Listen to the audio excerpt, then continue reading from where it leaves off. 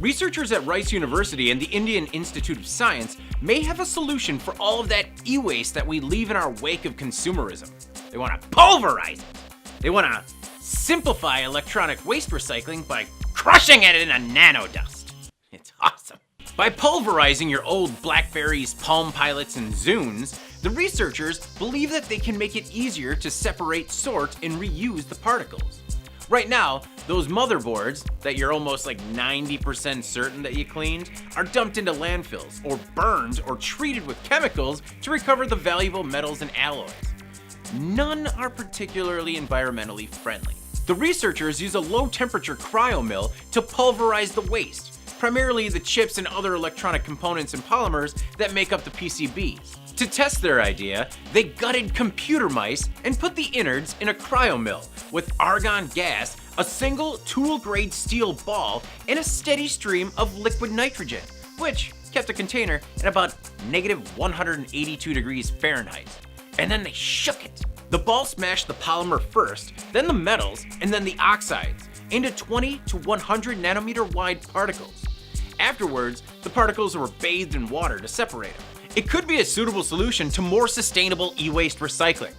I mean, it's a solution that we might need pretty soon, as e-waste could grow by as much as 33% over the next 4 years. By 2030, the researchers say that it will weigh more than 1 billion tons. So maybe it's time to start smashing. I mean, we tried it in the office. Like, I brought in like my gym shaker and some USB drives and a hammer with some ice cubes. It did not work. You need that liquid nitrogen. You just shake it.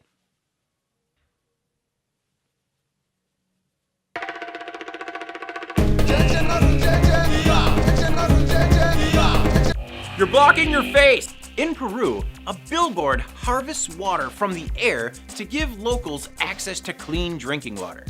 The billboard filters and condenses the air and then runs the water through a carbon filter and then into a holding tank. It makes about 2,500 gallons of drinking water every 3 months. Inspired by this billboard, Ford engineer Doug Martin and a colleague wondered if they could do the same thing with a car. They call their idea On-the-Go H2O, and it collects condensation from your air conditioner and then filters and pumps the drinking water into a faucet on the center console inside your car. It is, I mean, I like water. When the system is activated, it pumps the water from a reservoir beneath your car through a 0.1 micron filter to remove impurities and into the cabin through a faucet. I mean, the new system is interesting, and it was selected as a finalist in both the transportation and developing world technology categories as part of Fast Company's 2017 World Changing Ideas Awards.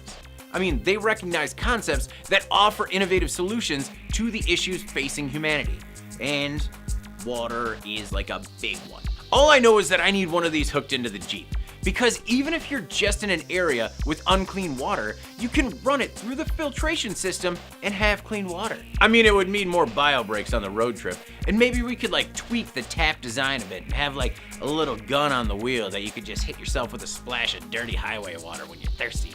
Just like, oh, luckily, that's me getting hit in the mouth with some water. I'm sorry. You're blocking your face! Hyperloop Transportation Technologies, harbinger of the tube technology, has started construction on the world's first full-scale passenger Hyperloop capsule. The pods. They're building the pods. After more than 3 years and thousands of hours of design, research, and analysis, the nearly 100-foot-long capsule will be officially revealed as soon as early next year at the company's R&D center in France. The passenger capsule is being built in collaboration with Pulverize, a group that specializes in manufacturing composite parts and structures and a leading expert in fuselage and advanced materials construction in both aeronautics and aerospace. The capsule will be 98.5 feet long, 9 feet wide, and weigh 20 tons. It'll be able to carry up to 40 passengers at a speed up to 760 miles per hour. After the reveal next year, the capsule will be put to the test in a commercial system in a soon-to-be-announced location. I mean, it doesn't matter where it is. I want to be there. I know that it's dangerous, but I mean, if you die going at 760, like, what do you feel? No, this really is an interesting... I mean, that's it. I'm David Manti. This is Engineering by Design.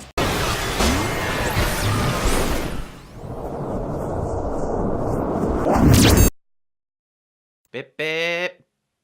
Bip bip. Bip bip.